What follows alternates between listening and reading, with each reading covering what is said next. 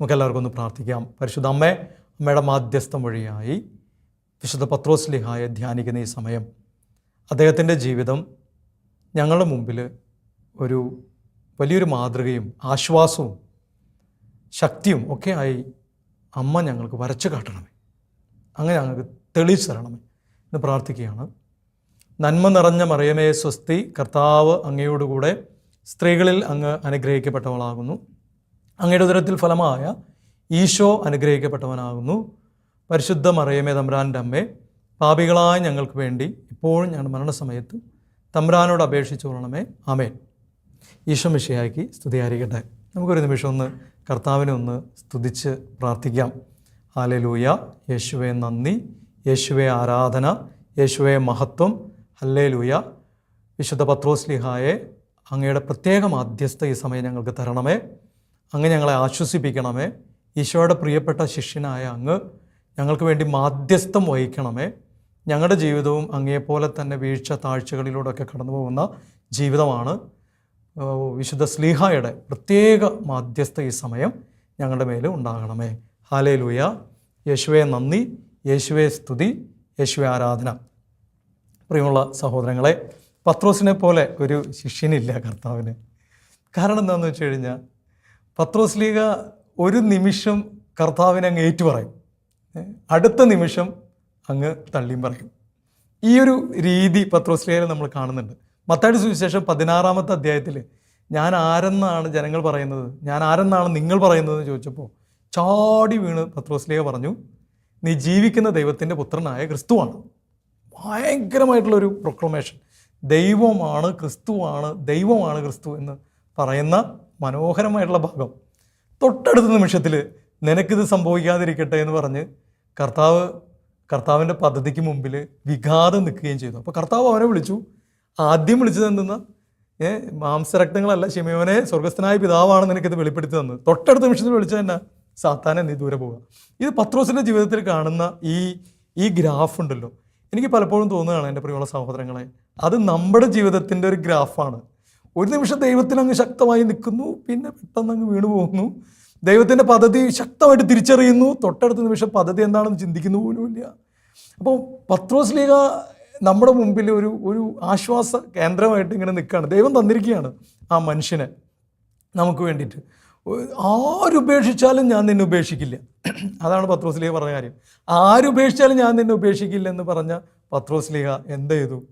കർത്താവിനെ 3 പ്രാവശ്യം തള്ളിപ്പറയുന്ന അവസ്ഥ വരെ എത്തി. അത് പത്രോസ് ലീഗയുടെ ജീവിതത്തിൻ്റെ ആ ഉയർച്ചയും അതുപോലെ താഴ്ചയും മടങ്ങിവരവും, ശരിക്കുള്ളൊരു മടങ്ങിവരവ് പത്രോസ് ലീഗ നടത്തുന്നുണ്ട്. അത് കർത്താവ് ഏറ്റവും അവസാനം യോഹന്നാന്റെ സുവിശേഷം 21-ാമത്തെ അധ്യായത്തിലാണ് ആ ഭയങ്കരമായിട്ടുള്ളൊരു മടങ്ങിവരവ് വരുന്നത്. സ്നേഹത്തെക്കുറിച്ചുള്ള ഒരു ചോദ്യത്തിലാണ് പത്രോസ് ലീഗ പൊട്ടിക്കരയുന്നത്. സ്നേഹത്തെക്കുറിച്ചുള്ള ചോദ്യത്തിലാണ് അദ്ദേഹത്തിൻ്റെ മടങ്ങിവരവ് പൂർണ്ണമാകുന്നത്. അപ്പം നമ്മളിന്ന് വിചിന്തനം ചെയ്യാൻ പോകുന്നൊരു കാര്യം, പത്രോസിനെ കർത്താവ് തിരഞ്ഞെടുത്തിട്ട് അവൻ്റെ പേരെന്തായിരുന്നു? ശിമയോൻ എന്നായിരുന്നു അദ്ദേഹത്തിൻ്റെ പേര്. ശിമയോൻ എന്ന് പറഞ്ഞു കഴിഞ്ഞാൽ ഒരു സാധാരണ മുക്കുവൻ, വഞ്ചിയിലും കടലിലും ഒക്കെ ജീവിച്ച മുക്കുവന്മാരുടെ ഭാഷയൊക്കെ സംസാരിച്ചിരുന്ന. നമ്മുടെ നാട്ടിലും മുക്കുവന്മാരുടെ ഭാഷ വ്യത്യസ്തമാണ്. ഇതുപോലെ തന്നെ മുക്കുവന്മാരുടെ വ്യത്യസ്തമായ ഭാഷ സംസാരിച്ചിരുന്ന മുക്കുവന്മാരുടെ ഇടയിൽ നിന്ന് കർത്താവ് തെരഞ്ഞെടുത്ത് അവനൊരു പേര് കൊടുത്തു. എന്നാണ് അവന് പേര് കൊടുത്തു? പത്രോസേ, ശിമയോനെ, നീ ഇനി മുതൽ പാറ എന്ന് വിളിക്കപ്പെടും, പീറ്റർ എന്ന് വിളിക്കപ്പെടും, പത്രോസ് എന്ന് വിളിക്കപ്പെടും. അങ്ങനെ കർത്താവ് ഒരു പേര് കൊടുക്കുകയാണ്.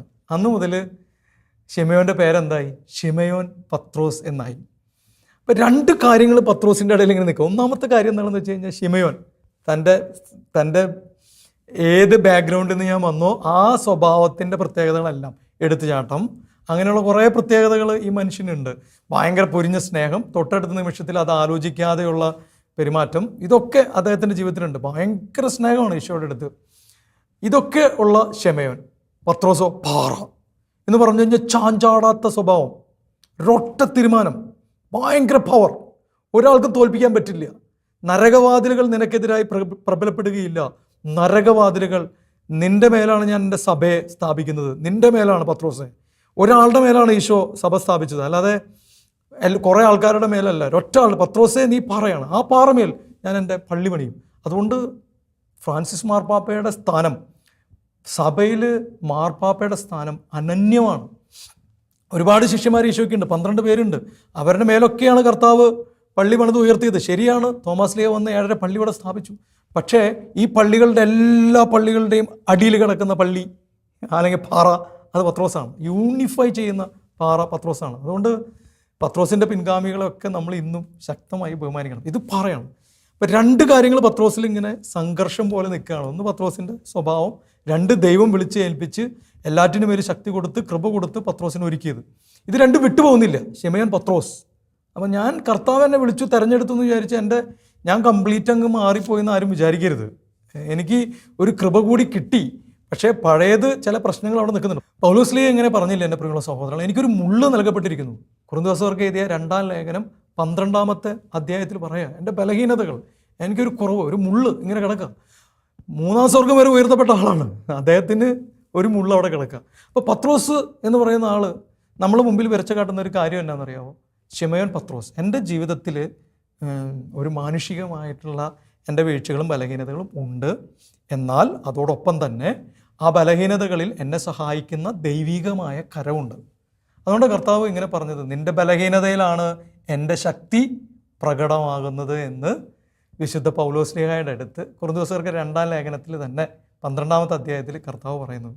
ഭയങ്കര മനോഹരമാണ് ഇത്. ഇപ്പോൾ പത്രോസ് ലീഹ നമ്മൾ എന്തുമാത്രം ആശ്വസിപ്പിക്കുന്നുണ്ട് എന്നൊന്ന് ചിന്തിച്ച് നോക്കി എൻ്റെ പ്രിയമുള്ള സഹോദരങ്ങളെ. പ്രത്യേകിച്ച് ഒരു വൈദികൻ എന്ന നിലയ്ക്ക് എല്ലാ വൈദികർക്കും ഉള്ള വലിയൊരു വേദനയാണ് എന്തെന്നറിയോ? ഞങ്ങളുടെ ബാക്ക്ഗ്രൗണ്ട്, ഞാൻ ഏത് കുടുംബത്തിൽ നിന്ന് വന്നു, അതൊക്കെ എന്നെ ഒരുപാട് സ്വാധീനിച്ചിട്ടുണ്ട്. എൻ്റെ ആ കുടുംബത്തിൻ്റെ ബാക്ക്ഗ്രൗണ്ട്, ആ പ്രത്യേകതകളൊക്കെ പെട്ടെന്ന് കർത്താവ് വലിയൊരു അനുഗ്രഹം തന്നെങ്കിലും ഈ എൻ്റെ കുടുംബത്തിൻ്റെ ബാക്ക്ഗ്രൗണ്ടൊക്കെ എനിക്ക് എടുത്തു കളയാൻ പറ്റുമോ? ഒരിക്കലും ഇല്ല. അതൊക്കെ എൻ്റെ കൂടെയുണ്ട്. ആ ബലഹീനത എൻ്റെ കൂടെയുണ്ട്, ആ പ്രശ്നങ്ങൾ എൻ്റെ കൂടെയുണ്ട്, ആ ആകുലതകൾ എൻ്റെ കൂടെയുണ്ട്. എന്നാലും ആ ബലഹീനതയിൽ എന്നെ ശക്തിപ്പെടുത്തുന്ന കർത്താവിൻ്റെ കൃപ ഇങ്ങനെ വർക്ക് ചെയ്തുകൊണ്ടിരിക്കും എൻ്റെ പ്രിയമുള്ള സഹോദരങ്ങളെ. ഇനി നമ്മുടെ ജീവിതത്തിൽ ഇങ്ങനെ തന്നെയല്ലേ ചില സമയത്ത് നമ്മുടെ ജീവിതത്തിൽ നമ്മുടെ മാനുഷികത കൂടുതലങ്ങ് കൂടും. കുഞ്ഞുങ്ങളെ കുറിച്ച് വറി ചെയ്യുന്നു, ആകുലപ്പെടുന്നു, വ്യാകുലപ്പെടുന്നു, ആശങ്കപ്പെടുന്നു. ചില സമയത്ത് നമ്മൾ കംപ്ലീറ്റ്ലി അങ്ങ് കർത്താവിൽ ട്രസ്റ്റ് ചെയ്യും. ഇതാണ് നമ്മുടെ ഉള്ളിലുള്ള ശിമയോൻ പത്രോസ്. ശിമയോൻ എന്ന് പറഞ്ഞു കഴിഞ്ഞാൽ ആകുലപ്പെടുന്നു, പത്രോസ് എന്ന് പറഞ്ഞ പാറ പോലെ കർത്താവിനെ ഇങ്ങനെ പിടിച്ചു നിൽക്കുന്നു. ഇത് രണ്ടും ഇങ്ങനെ ഈ ഗ്രാഫ് ഇങ്ങനെ നിൽക്കുകയാണ്. ഇനി എൻ്റെ പ്രിയമുള്ള സഹോദരങ്ങളെ, ഞാൻ നിങ്ങളുടെ അടുത്ത് പങ്കുവയ്ക്കാൻ പോകുന്നത് ഫുൾട്ടൻ ജേഷീൻ എന്ന് പറയുന്ന വലിയ വിശുദ്ധനായിട്ടുള്ള മനുഷ്യൻ. അദ്ദേഹം അമേരിക്കയിലെ ആർച്ച് ബിഷപ്പായിരുന്നു. അദ്ദേഹത്തിൻ്റെ പത്രോസിൻ്റെ വീഴ്ചയെക്കുറിച്ച് അദ്ദേഹം പറയുന്ന ഏതാനും കാര്യങ്ങളാണ്.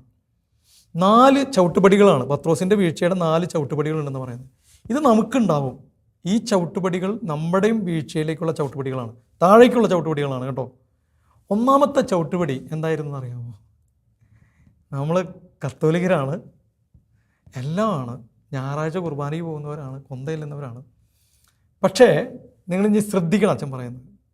1-ാമത്തെ വീഴ്ചയുടെ 1-ാമത്തെ പടി പ്രാർത്ഥനയോടുള്ള അവഗണന മനോഭാവമാണ്. പ്രാർത്ഥനയോടുള്ള അവഗണന മനോഭാവം എന്ന് പറഞ്ഞാൽ, ഇവരൊക്കെ പ്രാർത്ഥനയ്ക്ക് പങ്കെടുത്തിട്ടുണ്ടോ? ഈശോയുടെ കൂടെ ഉണ്ട്. ഈശോ പ്രാർത്ഥിക്കാൻ പോകുമ്പോൾ പലപ്പോഴും ഇവർ പോയിരുന്നോ? ഉണ്ട്, പോയിരുന്നു. മർക്കോസിൻ്റെ സുവിശേഷം 14-ാമത്തെ അധ്യായം 37-ാമത്തെ തിരുവചനം, കർത്താവിൻ്റെ വചനം നമ്മളെ ഓർമ്മിപ്പിക്കുന്നത് എന്താണെന്ന് അറിയാമോ? പത്രോസ്, യാക്കോബ്, യോഹന്നാൻ 3 പേർക്ക് ഈശോയുടെ കൂടെ പ്രാർത്ഥിക്കാൻ പോയത് ഗെത്സമൻ തോട്ടത്തിൽ. ഈ 3 പേര് എന്ത് ചെയ്തു? ഉറങ്ങി. നമ്മുടെ ഏറ്റവും വലിയ ഉറക്കം ഏത് സമയത്താണെന്നറിയാമോ? പ്രാർത്ഥനയുടെ സമയത്താണ്. നെഗ്ലക്റ്റ്, പ്രാർത്ഥനയെ അവഗണിക്കുക. ഇത് നമ്മുടെ വീഴ്ചയുടെ 1-ാമത്തെ പടിയാണ്. പ്രാർത്ഥനയെ അവഗണിക്കുക. പ്രാർത്ഥിക്കുന്ന സമയത്താണ് നമ്മുടെ പ്ലാനിങ്. നാളെ എന്ത് ചെയ്യണം? എപ്പോഴാണ് പ്ലാൻ ചെയ്യുന്നത്? കുർബാന ചെല്ലുന്ന സമയത്ത്, നടക്കുന്ന സമയത്താണ് നമ്മൾ പ്ലാൻ ചെയ്യുന്നത്. അത് ഗെത്സമൻ തോട്ടത്തിൽ ശിഷ്യന്മാർ ഉറങ്ങിയതിന് തുല്യമാണ്. നിങ്ങളൊന്ന് ശരിക്കും ചിന്തിച്ച്, ഗെത്സമൻ തോട്ടത്തിൽ ഈശോയുടെ പീഡാസഹനം ആരംഭിച്ചു. കുർബാന ഈശോയുടെ പീഡാസഹന മരണ ഉത്ഥാനമാണ്. ഈ രഹസ്യങ്ങളാണ് നമ്മൾ സ്മരിക്കുകയും സ്തുതിക്കുകയും അനുഷ്ഠിക്കുകയൊക്കെ ചെയ്യുന്നത്. ആ സമയത്ത് ഞാൻ എവിടെയാണ്? പത്രോസ് ഇരുന്ന പോലെ തന്നെ വേറെ ചിന്തകൾ, വേറെ കാര്യങ്ങൾ. ഇടയ്ക്ക് അച്ഛൻ്റെ പ്രസംഗം കേൾക്കുന്ന സമയത്ത് കുറച്ച് ഉറങ്ങും കൂടി ചെയ്ത് കഴിഞ്ഞാൽ പൂർത്തിയായി. ഇപ്പോൾ പ്രാർത്ഥിച്ചോ എന്ന് ചോദിച്ചപ്പോൾ നമുക്ക് ഉള്ളിൽ ഭയങ്കര ചിന്ത, ഞാൻ പ്രാർത്ഥിച്ചു, കുർബാനയിൽ പങ്കെടുത്തു. എന്നാൽ കുർബാനയിൽ പങ്കെടുത്ത് പ്രാർത്ഥിച്ചോ? ഇത് ശരിക്കും അവഗണനയുടെ മനോഭാവമാണ്. ഈ പ്രാർത്ഥന എന്ന് പറഞ്ഞു കഴിഞ്ഞാൽ എൻ്റെ പ്രിയമുള്ള സഹോദരങ്ങളെ, ദൈവികതയിലേക്കൊരു മനുഷ്യൻ കടക്കുന്നതാണ്. അവൻ മാനുഷിക തലത്ത് നിന്ന്, ശ്രദ്ധിക്കണം നിങ്ങൾ, മാനുഷിക തലത്ത് നിന്ന് ദൈവിക തലത്തിലേക്ക് ഒരു മനുഷ്യൻ കടക്കുന്നതാണ് പ്രാർത്ഥന.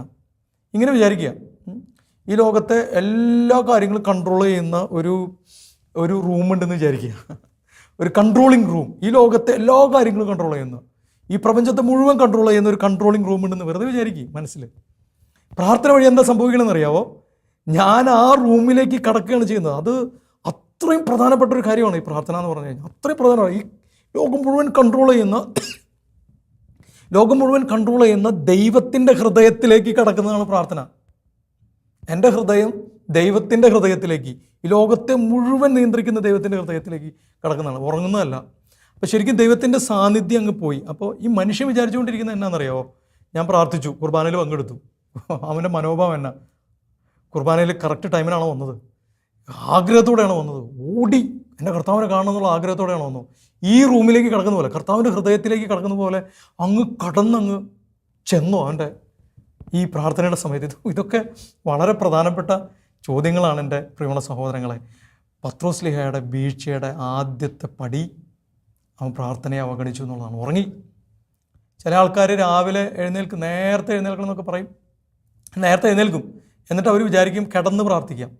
പോയി കിടന്ന് പ്രാർത്ഥിച്ചു, കാര്യമില്ല. കാരണം എന്താണെന്ന് വെച്ച് കഴിഞ്ഞാൽ ഇത് പത്രോസ് ലീഹയുടെ പ്രാർത്ഥന പോലെ ഉറങ്ങിയും കിടന്നും ഒക്കെയുള്ള പ്രാർത്ഥനയാണ്.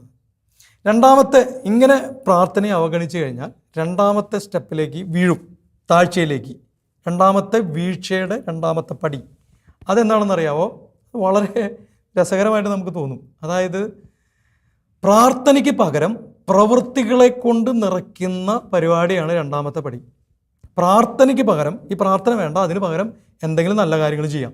ഇപ്പോൾ യുവജനങ്ങൾ വന്നിട്ട് അച്ഛന്മാരുടെ അടുത്ത് വന്നിട്ട് പറയും, ഞങ്ങളെല്ലാ അച്ഛന്മാരും കേൾക്കുന്നൊരു കാര്യമാണ്, അച്ഛാ പ്രാർത്ഥന ഭയങ്കര ബോറിങ് അച്ഛാ, അത് കാരണം നമുക്കൊരു കാര്യം ചെയ്യാം, ഒരു പ്രോഗ്രാം അങ്ങ് നടത്താം, ഒരു പിക്നിക് അങ്ങ് നടത്താം, അല്ലാന്നുണ്ടെങ്കിൽ നമുക്കൊരു വീടങ്ങ് നിർമ്മിച്ചു കൊടുക്കാം, അല്ലെങ്കിൽ നമുക്ക് പള്ളി അങ്ങ് വൃത്തിയാക്കാം. ഇതൊക്കെ നല്ല കാര്യമല്ലേ? തീർച്ചയായിട്ടും ആണ്. പക്ഷേ എന്താണ് പ്രധാനപ്പെട്ട കാര്യം എന്നറിയാമോ? പ്രാർത്ഥനയെ സബ്സ്റ്റിറ്റ്യൂട്ട് ചെയ്യരുത്. പ്രാർത്ഥനയെ സബ്സ്റ്റിറ്റ്യൂട്ട്. ഈ മനുഷ്യൻ പ്രാർത്ഥിക്കാതിരുന്നപ്പോൾ, പത്രോസ് ലീഹ പ്രാർത്ഥിക്കാതിരുന്നപ്പോൾ രണ്ടാമത് വന്നത് എന്താണെന്നറിയാമോ? യോഹന്നാൻ്റെ സുവിശേഷം 18-ാമത്തെ അധ്യായം 10-ാമത്തെ തിരുവചനം. വചനം എങ്ങനെയാണ് ഓർമ്മിപ്പിക്കുന്നത്? അവൻ വാളൂരി അവരെ വെട്ടി. എങ്ങനെ? ഈ പെസഹ വ്യാഴാഴ്ച ഗത്സമൻ തോട്ടത്തിൽ പ്രാർത്ഥിച്ചതിന് ശേഷം കർത്താവ് തിരിച്ചു വരുന്ന സമയത്ത് അവിടുത്തെ പിടിക്കാൻ വേണ്ടി പടയാളികൾ വന്ന് ആക്രമിക്കുന്ന സമയത്ത് പത്രോസ് ലീഹ വാളൂരി വെട്ടി. ഉടനെ തന്നെ ഈശോ പറഞ്ഞു, നിൻ്റെ വാളെടുത്ത് എൻ്റെ ഉറയിലിടുക. നമ്മൾ ഈ വാള് പിടിച്ചിട്ട് നിൽക്കുന്നത്. ഞാൻ പറയും, നീ അമ്മ ശരിയാവണം, അപ്പൻ ശരിയാവണം. വൈദികം പറയും, വൈദികം പറയും, ജനങ്ങളെ നിങ്ങൾ ശരിയാവണം. എല്ലാവരുടെ കയ്യിൽ ഈ വാള് പിടിച്ച് നിൽക്കുകയാണ് എല്ലാവരും. പ്രാർത്ഥിക്കാൻ ആരുമില്ല. ഇത് സബ്സ്റ്റിറ്റ്യൂട്ട് ചെയ്യുകയാണ്. ഈ ആക്ഷൻ സബ്സ്റ്റിറ്റ്യൂട്ട് ചെയ്തു ഈ മനുഷ്യൻ. അദ്ദേഹത്തിൻ്റെ വിചാരം എന്തായിരുന്നു? പത്രോസ് ലീഹയുടെ വിചാരം എന്തായിരുന്നു അറിയാവോ? യേശുവിനെ സംരക്ഷിക്കാം. എങ്ങനെ? ഈ പ്രവർത്തനങ്ങളൊക്കെ ചെയ്ത് യേശുവിനെ സംരക്ഷിക്കാം, യേശുവിൻ്റെ സഭയെ പ്രൊട്ടക്റ്റ് ചെയ്യാം. പാറയാണെന്നൊക്കെ കർത്താവ് പറഞ്ഞിട്ടുണ്ടല്ലോ. അത് കാരണം ഈ ആക്ഷൻ വഴി സപ്പോർട്ട് ചെയ്യാമെന്ന് വിചാരിച്ചിരിക്കുന്നത്. പിയൂസ് 12-ാമൻ മാർപ്പാപ്പ ഇതിനെ വിളിക്കുന്നത് ഹെരസി ഓഫ് ആക്ഷൻ. പ്രവർത്തനത്തിൻ്റെ ഹെരസി എന്ന് പറഞ്ഞു കഴിഞ്ഞാൽ അബദ്ധ പഠനം, അതാണ് അർത്ഥം. ഹെരസി ഓഫ് ആക്ഷൻ എന്നാണ് പരിശുദ്ധ പിതാവ് പിയൂസ് 12-ാമൻ മാർപ്പാപ്പ ഇതിനെ വിളിക്കുന്നത്. എൻ്റെ പ്രിയമുള്ള സഹോദരങ്ങളെ, അപ്പോൾ പത്രോസ് ലീഹയ്ക്ക് പറ്റിയ രണ്ടാമത്തെ വീഴ്ച ആക്ഷൻ. കുറേ കാര്യങ്ങൾ കർത്താവിന് വേണ്ടി അങ്ങ് ചെയ്യുക, കുറേ പ്രവർത്തനങ്ങൾ കർത്താവിന് വേണ്ടി ചെയ്യുക. പ്രാർത്ഥനയെ സബ്സ്റ്റിറ്റ്യൂട്ട് ചെയ്യുക. പ്രവർത്തനം വേണോ? തീർച്ചയായിട്ടും വേണം. പ്രാർത്ഥനയെ സബ്സ്റ്റിറ്റ്യൂട്ട് ചെയ്യാൻ പാടില്ല. മർത്ത മറിയം എന്ന് പറയുന്ന 2 പേരുണ്ട് അല്ലേ? കർത്താവിന് വളരെ പ്രിയപ്പെട്ട മർത്തയും കർത്താവിന് വളരെ പ്രിയപ്പെട്ട മറിയവും. മർത്ത എന്ത് ചെയ്തു? മർത്ത പ്രവർത്തനങ്ങൾ ചെയ്ത്, പ്രവർത്തനം ചെയ്ത് നല്ല കാര്യം. മറിയം എന്ത് ചെയ്തു? കർത്താവിൻ്റെ സന്നിധിയിൽ പാദാന്തികത്തിൽ അവിടുന്ന് പറയുന്നത് കേട്ട് ഇങ്ങനെ ഇരുന്നു. എന്നിട്ട് മർത്തയുടെ കംപ്ലൈൻറ്റ് എന്താ പറയുക? കർത്താവിനെ നോക്കുന്നേ ഇല്ല അവൾ. അവളുടെ ശ്രദ്ധ മുഴുവൻ എന്തിലാണ്? മർത്തയുടെ ശ്രദ്ധ മുഴുവൻ എന്തിലാണ്? കർത്താവിലാണോ? അല്ല. മറിയം എന്നെ സഹായിക്കണില്ല, ഇതാണ് അവളുടെ ശ്രദ്ധ മുഴുവൻ. ഈ മറിയിരിക്കുന്ന കണ്ടില്ലേ കർത്താവെ? അപ്പോൾ അവളുടെ ശ്രദ്ധ മുഴുവൻ ആരില്ല? കർത്താവിലല്ല. ആ മറിയം ശ്രദ്ധിക്കുന്നില്ല, എന്നെ സഹായിക്കുന്നില്ല എന്നുള്ള കാര്യത്തിലാണ്. അപ്പോൾ കർത്താവ് അവളോട് പറഞ്ഞു, മോളെ മർത്ത, നീ പലവിധ കാര്യങ്ങളിൽ വ്യാപൃതയാണ്, നിൻ്റെ ചിന്ത പല കാര്യങ്ങളിൽ കിടക്കാണ്. മറിയം നല്ല ഭാഗം തിരഞ്ഞെടുത്തിരിക്കുന്നു, അത് അവളിൽ നിന്ന് എടുക്കപ്പെടുകയില്ല. അപ്പോൾ നല്ല ഭാഗം എന്നാ? കർത്താവിൻ്റെ സന്നിധിയിലിരിക്കുന്നു, പ്രാർത്ഥനയാണ്. കാരണം ഈ പ്രാർത്ഥന എന്ന് പറഞ്ഞാൽ എന്നാ? ദൈവികമായ തലത്തിലേക്ക് ഒരാൾ കയറുന്നതാണ്, കൺട്രോൾ റൂമിലേക്ക്. ഈ ലോകം മുഴുവൻ കൺട്രോൾ ചെയ്യുന്ന ദൈവത്തിൻ്റെ ഹൃദയത്തിലേക്ക് നിങ്ങൾ കയറുന്നു എന്ന് ചിന്തിച്ച് നോക്കുക. അതാണ് പ്രാർത്ഥന. വളരെ ഗൗരവമായിട്ടുള്ള കാര്യമാണ് പ്രാർത്ഥന. എന്നാൽ അതിൽ ആക്ഷൻ സബ്സ്റ്റിറ്റ്യൂട്ട് ചെയ്ത് കഴിഞ്ഞ് കഴിഞ്ഞാൽ എൻ്റെ പ്രിയമുള്ള സഹോദരങ്ങളെ, രണ്ടാമത്തെ താഴ്ചയിലേക്ക് പോയി. മൂന്നാമത്തെ വീഴ്ച എന്തായിരുന്നു വെച്ച് കഴിഞ്ഞ് കഴിഞ്ഞാൽ, ഭയങ്കര ഇങ്ങനെ സബ്സ്റ്റിറ്റ്യൂട്ട് ചെയ്ത ആൾക്കാർക്ക് ഭയങ്കര തളർച്ച ഉണ്ടാവും. നമ്മളിങ്ങനെയാണ് പറയുന്നത്, ഒരു മന്ദതയിലേക്ക് വരും. മന്ദതയിലേക്ക് ആ കർത്താവിൻ്റെ വചനം വെളിപാട് 3:15-16 പറയുന്നൊരു വചനമുണ്ട്. ഇങ്ങനെ പറയുന്നത്, നീ ചൂടോ തണുപ്പോ ഉള്ളവനായിരുന്നെങ്കിൽ കൊള്ളാമായിരുന്നു. ഇത് രണ്ടുമില്ല. നിനക്കൊരു മന്ദതയാണ് എൻ്റെ പ്രശ്നം. ഞാൻ മദ്യമയക്കുമരുന്നും അതിൻ്റെ മേഖലയിലാണ് പ്രവർത്തിക്കുന്നത്. ഈ മദ്യമയക്കുമരുന്ന് ഉപയോഗിക്കുന്ന എല്ലാവർക്കും വരുന്നൊരു സാധനം എന്താണെന്നറിയാമോ? മന്ദതയാണ്. മന്ദത മാറിയില്ലെങ്കിൽ അവൻ മദ്യപാനം മാറ്റില്ല. ഞാൻ എപ്പോഴും ശ്രദ്ധിച്ചിട്ടുള്ള ഒരു കാര്യം എന്താണെന്ന് വെച്ചാൽ, മന്ദത മാറാത്ത ആരും മദ്യപാനം നിർത്തിയിട്ടില്ല. ഒരു മന്ദത മുഖത്ത് അങ്ങനെയുള്ളവൻ മദ്യപാനം നിർത്താറില്ല. അങ്ങനെയുള്ളൊരു തിന്മയിൽ നിന്നും മാറില്ല. ആ തിന്മയിൽ തന്നെ വീഴും. അപ്പോൾ ഈ പ്രാർത്ഥന മാറിക്കഴിഞ്ഞപ്പോൾ, പ്രവർത്തനം കൂടിക്കഴിഞ്ഞപ്പോൾ, പ്രാർത്ഥന ഇല്ലാണ്ടായി കഴിഞ്ഞപ്പോൾ അവൻ്റെ ജീവിതത്തിലേക്ക് വന്നത് തീക്ഷ്ണതയല്ല, പിന്നെ എന്താ വന്നത്? മന്ദതയാണ് വന്നത്. മന്ദോഷ്ണതയാണ് പത്രോസിൻ്റെ ജീവിതത്തിലേക്ക് കടന്നു വന്നതെന്ന് നമ്മൾ വചനം അറിയാം. അപ്പോൾ വചനം ഇങ്ങനെയാണ് പറയുന്നത്. മത്തായി സുവിശേഷം 26-ാമത്തെ അധ്യായം 58-ാമത്തെ തിരുവചനം. പത്രോസിനെ നിങ്ങൾ നോക്കിയാൽ, ഈശോനെ അടുത്ത് അനുഗമിക്കുന്നില്ല, ഈശോനെ അകന്നാണ് അനുഗമിക്കുന്നത്, അടുത്ത് അനുഗമിക്കുന്നില്ല. ഇത് മന്ദോഷ്ണത എന്ന് പറയും ഇതിനെ. ഈശോനെ അടുത്ത് അനുഗമിക്കില്ല. ഈശോ അനുഗമിക്കുന്നുണ്ടോ? അനുഗമിക്കുന്നുണ്ട്. അനുഗമിക്കുന്നില്ല. ഇതാണ് മന്ദത. കംപ്ലീറ്റ് ആയിട്ട് അങ്ങ് കർത്താവിന് കൊടുക്കുന്നില്ല. കാരണം പ്രാർത്ഥന ഇല്ലാണ്ടായി കഴിഞ്ഞാൽ അവൻ മന്ദോഷ്ണതയിലേക്ക് അങ്ങ് വീണു പോകും. എൻ്റെ പ്രിയമുള്ള സഹോദരങ്ങളെ, ഞാനിങ്ങനെ ആലോചിക്കുകയായിരുന്നേ. പത്രോസ്ലീഹ ഈശോയോട് പറയുന്ന ഒരു കാര്യമുണ്ട്. പത്രോസ്ലീഹ ഈശോയോട് പറയാം, ഈശോയെ നിനക്കിതൊന്നും സംഭവിക്കാതിരിക്കട്ടെ, നിനക്കിത് സംഭവിക്കാതിരിക്കട്ടെ. എന്താ സംഭവിക്കാതിരിക്കട്ടെ? സഹനങ്ങളൊന്നും നിനക്ക് വരാതിരിക്കട്ടെ. ഇതാണ് മന്ദത. ഇവൻ രക്ഷപ്പെടില്ല. എങ്ങനെ വിചാരിച്ചു കഴിഞ്ഞാൽ അത് കുഴിയിലേക്ക് തന്നെ പോവും. ഇതാണ് മന്ദത എന്ന് പറഞ്ഞാൽ. ഇതാണ്, നിനക്ക് സഹനമൊന്നും ഉണ്ടാവാതിരിക്കട്ടെ, ഒരു സഹനവും നിനക്ക്. നമുക്ക് എൻ്റെ പ്രിയമുള്ള സഹോദരങ്ങളെ, ഒരു ക്രിസ്ത്യാനി വേറൊരു ക്രിസ്ത്യാനീനെ അങ്ങനെ ആശംസിക്കാൻ പാടില്ല. നിനക്ക് നല്ലത് വരട്ടെ, അഭിഷേകം ഉണ്ടാകട്ടെ എന്നൊക്കെ പറയാം. സഹനമൊന്നും ഉണ്ടാവാതിരിക്കട്ടെ എന്ന് നമ്മൾ ആരുടെ അടുത്തും പറഞ്ഞുകൂടാ എൻ്റെ പ്രിയമുള്ള സഹോദരങ്ങളെ. അത് ഭയങ്കര സ്നേഹത്തിൻ്റെ അടയാളമായിട്ടാണ് നമ്മൾ കാണുന്നത്. ഞാൻ കാണുന്നത് അതിനെ മന്ദതയുടെ അടയാളമായിട്ടാണ്. സഹനമൊക്കെ ഉണ്ടാവും, ഉറപ്പായിട്ടും ഉണ്ടാവും, സഹനം ഉണ്ടാവും കേട്ടോ. നിങ്ങളോട് എല്ലാവരോടും ഈ സമയം ഞാൻ പറയാൻ ആഗ്രഹിക്കുന്ന ഒരു കാര്യമുണ്ട്. സഹനങ്ങൾ ഇല്ലാതാക്കുന്നതല്ല കർത്താവിൻ്റെ ലക്ഷ്യം. കുരിശെടുത്ത് എൻ്റെ പിന്നാലെ വരട്ടെ എന്ന് പറഞ്ഞവനാണ് കർത്താവ്. അപ്പോൾ സഹനങ്ങളെ ഈ ഭൂമിയിൽ വെച്ചിട്ട് സഹനങ്ങളെ രക്ഷാകരമാക്കി മാറ്റുന്നതാണ് കർത്താവിൻ്റെ ലക്ഷ്യം. സഹനങ്ങളെ മന്ദത പറ്റുന്നത് എന്നാ? അകന്നനുഭവിക്കുക. ചില ആളുകൾ എന്നോട് ചോദിക്കാറുണ്ട്, എൻ്റെ അച്ചോ, കർത്താവിനെ കുറച്ചങ്ങ് സ്നേഹിച്ചു കഴിഞ്ഞാൽ സഹനം കൂടുമോ? ഇതാണ് മന്ദത. ഇതൊരു മന്ദതയാണ് കേട്ടോ. ഇത് പ്രാർത്ഥന ഇല്ലാതാകുമ്പോൾ വരുന്ന ചോദ്യമാണത്. ഒരു വ്യക്തിയുടെ ജീവിതത്തിൽ പ്രാർത്ഥന ഇല്ലാതാകുമ്പോൾ വരുന്ന ചോദ്യമാണ്. പ്രാർത്ഥന ഉണ്ടാകുമ്പോൾ എങ്ങനെയാണ്? നിങ്ങളൊന്ന് ആലോചിച്ച് ഇങ്ങനെയൊന്ന് ചിന്തിച്ച് നോക്കിയാൽ, നമ്മുടെ പ്രിയപ്പെട്ട, ഇപ്പോൾ എൻ്റെ പ്രിയപ്പെട്ട, എനിക്കിപ്പോൾ അമ്മയാണുള്ളത്, എൻ്റെ അപ്പം മരിച്ചുപോയി. അമ്മയ്ക്ക് രോഗം വന്നു വിചാരിക്കുക, അമ്മയുടെ ഒരു കിഡ്നി പോയി എന്ന് വിചാരിക്കുക. വെറുതെ ഒരിക്കലും അങ്ങനെയൊന്നും സംഭവിക്കാതിരിക്കട്ടെ ആർക്കും എന്ന് പ്രാർത്ഥിക്കുകയാണ്. പക്ഷേ ഈ സഹനങ്ങളൊക്കെ ഉണ്ടാവും നമ്മുടെ എല്ലാവരുടെ ജീവിതത്തിൽ. എന്തെങ്കിലും സംഭവിച്ചെന്ന് വിചാരിക്കുക, ഞാൻ എന്ത് ചെയ്യുക എൻ്റെ പ്രിയമുള്ള സഹോദരങ്ങളെ?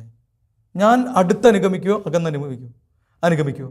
ഞാൻ ഡോക്ടറെ അടുത്ത് ചെല്ലും, അല്ലേ? ഓടിച്ചെന്നിട്ട് പറയാം, എൻ്റെ കിഡ്നി എടുത്ത് അമ്മയ്ക്ക് വെക്കാൻ പറ്റുമെന്ന് ചോദിക്കും. ഇത് മന്ദത, ചൂടാണത്. അടുത്ത് അനുഗമിക്കുക. ആ പ്രശ്നത്തിൽ, ആ സഹനത്തിൽ അങ്ങ് പങ്കുചേരും. ആ സഹനത്തിൽ ഒന്നായിത്തീരും. ആ സഹനം സ്നേഹത്തിനുള്ള ഒരു വഴിയായിട്ട് ഞാൻ കണ്ട് എന്തൊക്കെ എനിക്ക് ചെയ്യാൻ പറ്റും അതൊക്കെ ചെയ്യും. അങ്ങനെയല്ലേ സാധാരണ നൽകി ചെയ്യാം. അകന്ന് അനുഗമിക്കുമ്പോൾ ഒരു മന്ദതയാണ്, സ്നേഹമില്ല, മന്ദതയാണ് എന്ന് നമുക്ക് മനസ്സിലാവും. ഞാൻ ആ ഭാഗത്തേക്ക് ചെല്ലുന്നില്ല, അല്ലെങ്കിൽ ഞാൻ ചെല്ലുന്നുണ്ട്, വിശേഷങ്ങളൊക്കെ അന്വേഷിക്കുന്നുണ്ട്. ഞാൻ അങ്ങ് ബാംഗ്ലൂരാണ്, ഞാൻ വിശേഷങ്ങൾ ഒരു കിഡ്നി പോയല്ലേ, അയ്യടാ കഷ്ടമായി പോയി, എങ്ങനെയും കിട്ടും, എങ്ങനെയും ശരിയാവും. ഇതാണ് അകന്ന് അനുഗമിക്കുക എന്ന് പറഞ്ഞു കഴിഞ്ഞാൽ. ഞാൻ പൈസയൊക്കെ എങ്ങനെയും ഉണ്ടാക്കി അയച്ചു തരാം. ഇത് അകന്ന് അനുഭവിക്കുന്നതിൻ്റെ ഭാഗം.